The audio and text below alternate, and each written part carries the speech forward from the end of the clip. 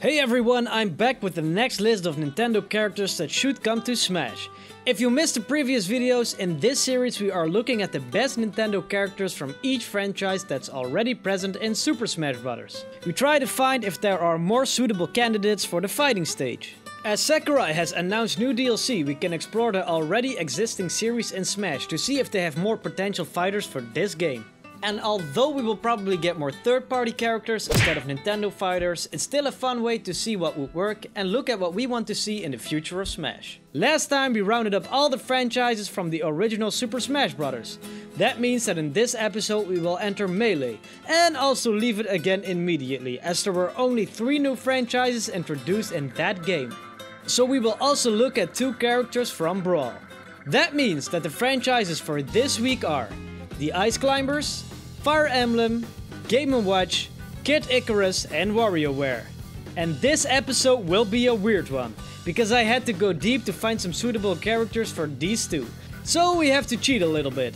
Also a big thank you to everyone who commented on the previous videos with their wishlist for Smash.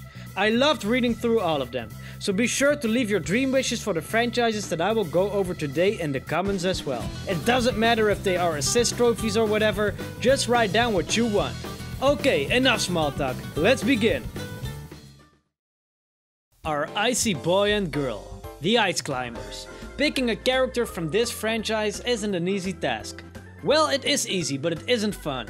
You can literally count all the Ice Climber characters and enemies on one hand. Let's count the Ice Climbers as 1, then you have Topies, Nitpickers, Polar Bears and Condors. And I know it would be fun to see a polar bear with sunglasses as a playable character. I still want to look for a new fighter somewhere else though. Peter Grummer gave me a great idea on my previous video, stating that Ice Climbers count as a retro Nintendo rap, so we can pick something out of that category. As Ice Climber would be the only game where they would ever appear in and it was released for the NES by Nintendo, we should look for a character in that same criteria. A classic NES character from Nintendo. And I have to agree with Peter Gummer again, the best pick would be Excitebike Racer. I know he made his way into other games after the NES, but it most certainly is a classic icon. We have seen them in Smash already, of course, as a spirit, trophies and even as an assist trophy in Brawl, but he got removed after that. Just like Bowser Jr., Excitebike Racer could stay on its own vehicle for the entire match, making it a fast fighter. And I know it sounds crazy for Smash, but a lot of people have made mock-ups for the Racer, and even developed entire movesets. I think it would be great for the silly offbeat motor guy to get into the next game. At least Nintendo haven't forgotten about Excitebike entirely, as the Excitebike stage is still playable in Mario Kart 8 Deluxe. Now imagine fighting on this stage in Smash. That sure would be something. I started out as someone who thought that there were enough Fire Emblem characters in Smash. After being introduced to the series through 3 houses, my opinion has changed. Because I want Byleth in the game, which is also the most probable pick for Nintendo to go with for the next Fire Emblem rep. Byleth of course is the protagonist for 3 houses and can be male or female. What makes him or her stand out from other Fire Emblem characters is the sword of the creator. Besides that it is an awesome looking bone sword, it can also function as a magic whip. In 3 houses you can give any character any class that you want. So now it's also possible to make the protagonist wield a lance or a bow. That's something that they could incorporate in Super Smash Bros. As well. That way not all Fire Emblem characters have to be sword wielders anymore. Because although I would love to see Byleth getting in, I understand the critique of too many sword people in Smash. So Byleth could wield multiple weapons for multiple attacks. I also see a lot of fans making a case for the house leaders, especially Edelgard. Which would also be really great because she wields an axe instead of a sword. Personally, I'm a Golden Deer boy myself, so I would vote for Claude. But hey, Edelgard is also very welcome. And Dimitri? Not so much as the other 2. But we'll just have to wait to see what they're going to do. I'm almost certain that Byleth will get into the next Smash, and I can't wait to give that fighter a try. Mr. Game & Watch! So I faced the same problems with this character as I did with the Ice Climbers. But even worse. At least the Ice Climbers have different enemies in their game. Mr. Game & Watch already is literally every character that's been in a Game & Watch. His attacks are just based on all the different games.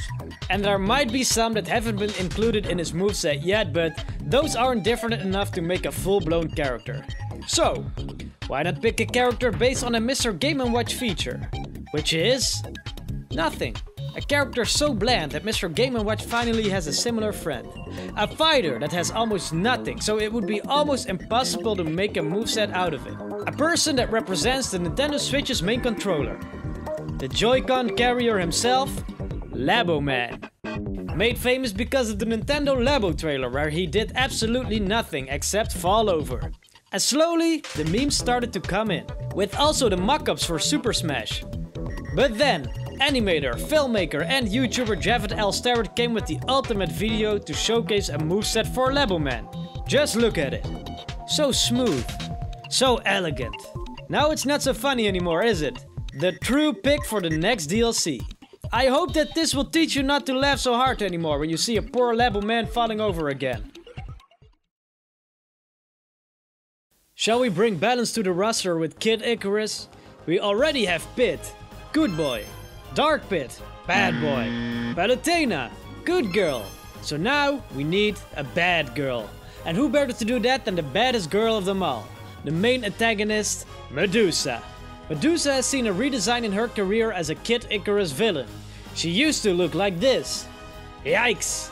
Not so nice for the eyes. So I suggest that we will go with a redesign from Kid Icarus Uprising. Much better, isn't it? As mentioned, she is the main antagonist for the series. She is the final boss for the NES version, but also for the 3DS version with Uprising. There she becomes really nightmarish by transforming throughout the battle. She could have a diverse moveset within Smash. She can of course turn people into stone, which could work similar as Mewtwo's Disable. She makes use of dark magic with eye beams and damaging magic orbs. And Medusa can also levitate and teleport as all the great goddesses can do. And even though it would be the most logical choice for the next character of Kid Icarus, in my opinion there are many others that would be a great fit. It's great how many weird figures there are to be found in that series. Like the generic enemies, Eggplant Wizards. Or what about Thanatos, aka the God of Death, a powerful shapeshifter that's able to transform different parts of his body. Even though something like that would be really dope, they will probably go for Medusa, which I wouldn't mind. If you want to go crazy, then go WarioWare. I had a lot of fun with this game on the DS, and I was happy to be introduced to so many silly characters. And I know my picks have been weird for this video, especially compared to the other two entries, but I have been forced into this corner by games with not many characters. But for this one, no one is forcing me to do anything. This is my own bold choice, and I guess that people are not going to like it. Because I know that Ashley is a favorite for many of you, and a lot of people want to see her as a fighter in Smash. But the crazy goof that I have fallen in love with for this series is Jimmy T. Big nose, blue afro and a mustache shaped like music notes. I have loved this silly goose since the beginning. It would be great to have a character that's just dancing. All the time. Imagine that in his moveset he would always be boogieing around, moonwalking around the fighting stage and whatnot. His attacks could just be dance moves as well. That would be so insane, and I would love it. It could even bring a lot of awesome tunes to accompany him. And yes, I know, it isn't the popular choice, but let me dream for just once. And if they don't pick him, then I do agree with the rest, that Ashley is probably the next best thing. As a witch that's just starting out, you can make an interesting moveset. But I'm wondering if we will ever see more WarioWare characters in Smash. I most certainly do hope so.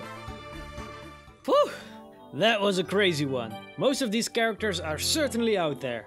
But that's mostly thanks to the franchises. So as always, now I'm really curious who you think that should get into Smash from the franchises that I mentioned. Will it also be something insane, or will you keep it on a more normal level?